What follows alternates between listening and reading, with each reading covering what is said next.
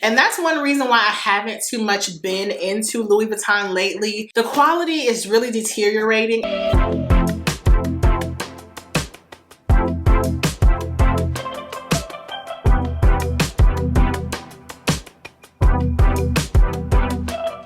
Welcome back to my channel. In today's video, I am doing a highly requested luxury review. You guys have seen me wearing this little baby so much over the past year. And so today I wanted to review this bag, let you guys know if I recommend it, what are my pros and cons, and of course show you guys some mod shots. So if you'd like to learn more about this baby, the Vanity PM, then please keep watching. Okay, so this video was requested so much, I think specifically after Vlogmas last year, because I started carrying this bag so much in 2022. Now, I did receive this, I think, Christmas 2020. So we were in the thick of the pandemic, the Porsche Panamera, and I was using this bag and I didn't necessarily like it because all I was doing was running errands because like we were pretty much still locked down. So my thoughts about this bag have varied over the years. I thought it would be a great time to finally give you guys my review. So let me give you guys a little bit of specs. This is basically a newer kind of version of the Louis Vuitton Nice bag. And the Nice bags are travel vanity cases. So the original is the Nice, which I think is the GM. It's a huge vanity case with a shoulder carry strap. And recently they've come out with smaller sizes. They have the Nice BB, they have the Nice Nano, and the Nice Mini. I remember I was watching a video from my girl Happy Stylish Mommy so many years ago, and she got the Nice Mini, I believe, either the Mini or the Nano, and she was using it as a purse, and I fell in love. I've always wanted the Nice BB, but something, y'all know I'm really OCD and weird, but it was something about the proportions of it being so long and the strap being so small. And I saw lots of women and men using that as a bag. And same thing with Happy Stylish Mommy. She used it as a vanity case or a travel case, but she also used it as a bag. But then I started thinking, this bag is not meant to be carried as like a handbag, a purse. So most of the time when people are carrying it, you see a lot of stress being put on the handle and the top piece of canvas. And in my mind, that just said, later down the line, you're gonna have problems with a lot of wear there. The handle is gonna become warped, and how the leather is made on the actual Nice bags that are not, you know, handbags per se. The leather is just kind of like fixed in another strap. There's no hardware on the handle, and so I was like, that kind of bothered me. This is a trendy piece. I think it does have the reverse monogram on it, but I like my pieces to withstand the test of time. I don't like having to take my pieces in for repair. So I decided to start looking into this bag, mainly because I wanted the same style, but I wanted something that was more functional for use as a handbag, because with the Nice Nano and Mini, I believe, it doesn't come with hardware for a shoulder strap. So you kind of have to finagle it. You know, I like using my pieces in ways that they're not specifically intended for use, but it has to make sense in terms of wear and tear. So I came across this baby and I was like, that's it. Now I want to say this bag retails for way over $2,000. I did get it for Christmas, so I don't know the exact price. Let's look that up because I'm sure it's gone up in recent years. Oh my goodness. Louis Vuitton should be ashamed. This bag retails currently on the website in the United States for $2,840.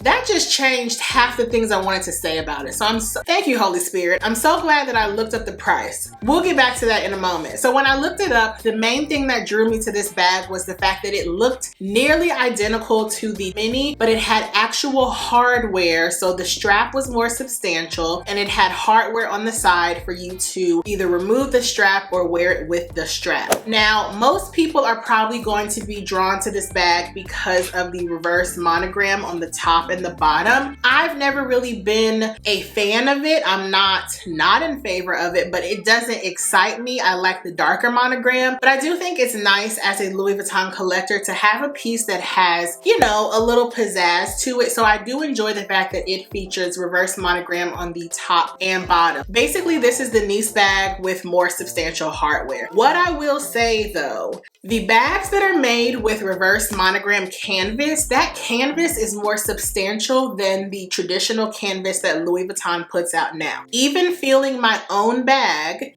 this feels thicker, more dense than this canvas. This bag is also lined in like a micro suede, so it does have a thicker interior. That's going to affect how the bag wears and the functionality and all that. But I know my girl Benita here on YouTube, I'll link her channel down below. She has reviewed a reverse monogram piece as well, and she also says that the reverse monogram canvas is made a bit higher quality.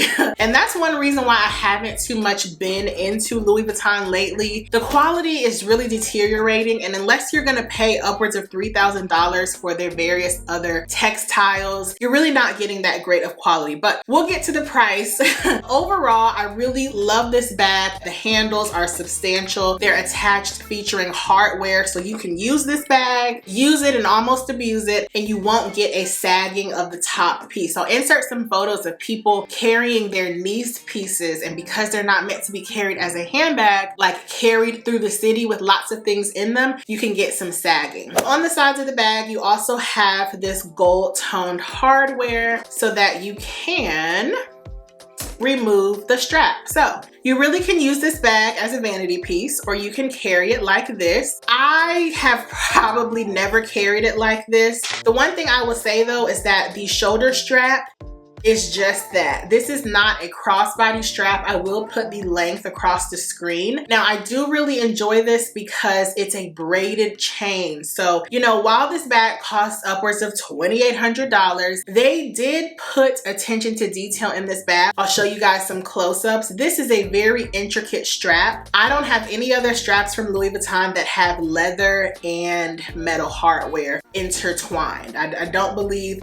I have any bags like that. So I do really like this. The only con for me with the strap is that it's not plus size friendly. So I can't wear this crossbody. I'll show you what it looks like when I'm wearing it, but the bag is basically sitting under my boob. It doesn't necessarily look nice. So just know, if you are going to be using the attached strap that comes with this bag, it's merely a shoulder bag. It's not meant to be a crossbody bag. And usually it's not a problem, but if I happen to be out and maybe I go shopping, having a shoulder bag like this doesn't really stay on my shoulder because this is like slippery. I do like that it has the chain available because most people, when they're wearing the niece bags, they end up buying a chain anyway because they like to carry it crossbody. But the great thing is that this chain is detachable, so you can put various other leather or chain straps on it and you can make it work crossbody, just not with the chain that it comes with. Okay, so the first con for me was definitely the shoulder strap, which is just a shoulder strap. My second con is going to be the opening. As you can see, this bag features two zip closures. So when you open this bag and you're holding it, it's going to be very awkward for me to show you. This is what happens. So imagine being out at the grocery store, because for the majority of the 2 years I was using this bag, that's the only place I was going. Imagine being in the checkout line and you're opening your bag to pay and your purse flops down. If you have this bag packed to capacity, things will fall out. So I always say, if I'm using this bag, I'm wearing it just to be cute. I don't like to wear this bag in terms of functionality if I'm running errands. If I'm gonna be opening my bag a lot, it's just not functional because of how the bag opens. Now, that might not be a con for you. You might not care, but for me, I don't like if I have to reach for my keys or my card case and my bag is literally falling open. So just make a note of that. So if you do need to get into your purse and you don't want that to happen, I would say put your hand on the bottom so that you can make sure the purse isn't falling. Basically, that is the only other con I have. It's not very functional for use as a day-to-day bag. I pretty much just use this for the look of it. It's very beautiful, it's very cute. It's a classic style with a twist. And my second con would be the strap. The bag also does have feet on it. I don't know if I mentioned that. This is a very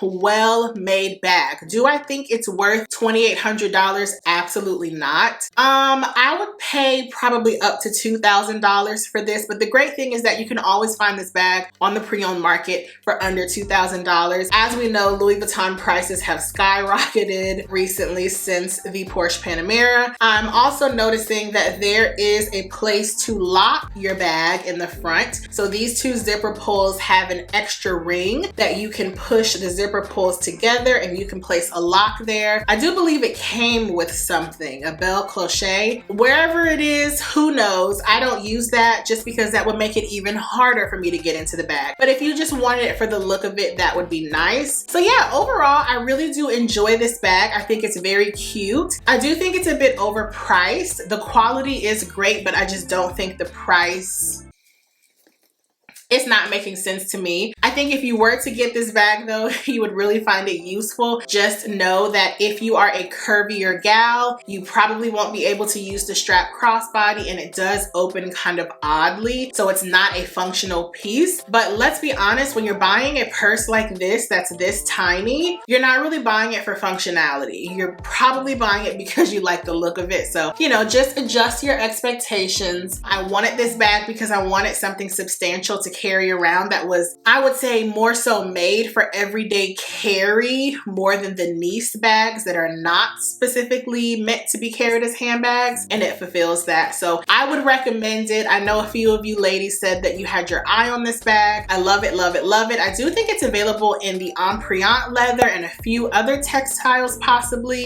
It's a great bag, and I love that it has a little bit of flair on it. I do have two reverse monogram pieces in my collection, and this is definitely a stunner.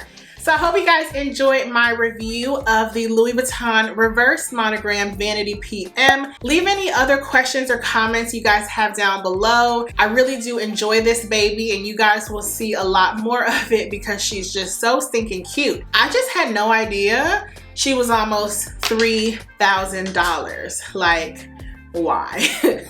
But anyway, thanks guys so much for watching, and I will see you guys in the next one. Bye.